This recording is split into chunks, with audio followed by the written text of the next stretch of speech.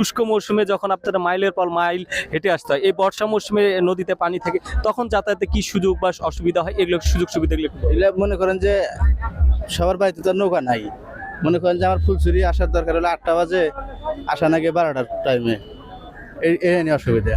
মানে নৌকায় লোক হবে কিনা এই একটা জটিলতায় আপনাদের পড়তে হচ্ছে।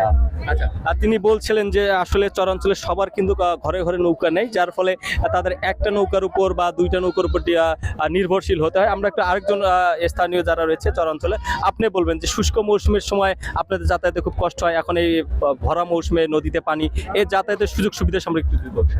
সুযোগ সুবিধার কথা কি বলবো, যেটা না বললেই নয়। আমাদের এখানে যা কষ্ট হয় আমাদের সাধারণ মানুষের বা জনগণের, এতটুকু কষ্ট কোথাও আমি এরকম দেখি নাই।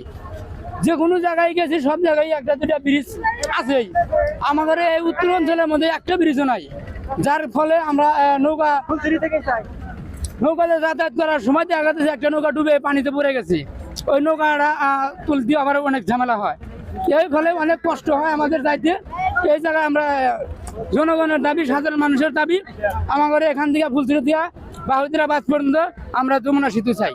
তিনি যেমনটি বলছিলেন যে আসলে শুষ্ক মৌসুমে যেমন হেঁটে আসতে হয়, তেমন নদীতে যখন পানি থাকে তখনও কিন্তু নৌকা চলাচলে তাদের দুর্ঘটনার মুখে পড়তে হয়। আমরা আরেকজন একটু চাঁদের সঙ্গে কথা বলবো, আপনি একটু বলবেন যে শুষ্ক মৌসুমে কীরকম সমস্যা হয়, বর্ষা মৌসুমে নৌকাতে আসা যোগাযোগে কেমন হচ্ছে, এটা একটু বলবেন।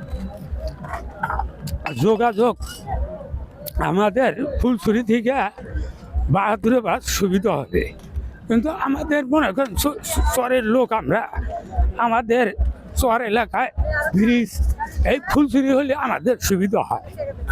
তিনি আমি আরেকজন একটু চাঁদের সঙ্গে কথা বলবো, আপনি একটু বলবেন এই যে শুষ্ক মৌসুমে আপনাকে বলে অনেকের মাইলের পর মাইল এটাতে করে হেঁটে আসতে হয়, এখন তো নৌকা হচ্ছে, এখন কি সুযোগ সুবিধা হচ্ছে একটু বলবেন। সুযোগ সুবিধা এখন নৌকা বর্ষা মাসে এখন বাড়ি থেকে আসা যায়, কিন্তু তারপরে তো একেবারে কঠিন অবস্থা। এখন একটু স্বস্তি হচ্ছে যে পানি থাকার কারণে। পানি থাকার কারণে একটু সুবিধা। কোন চর থেকে এসেছেন আপনি? আমরা এসেছিল পূর্ব গাবগাছি থেকে। তো দর্শক, আপনারা জানলেন একটু। আমরা আরেকজন শুষ্ক মৌসুমে যে হেঁটে আসেন তখনকার কষ্ট, এখন নদীতে পানি, এখন কি মানে সুযোগ সুবিধা হচ্ছে একটু বলবেন। তখন আমাদের অনেক পরিশ্রম হয়, ঘোড়া গাড়িতে আসতে হয়, অনেক পরিশ্রম করে আসতে হয়। এখন নৌকা বাড়ির কাছে গেছে, এখন সুবিধা হচ্ছে।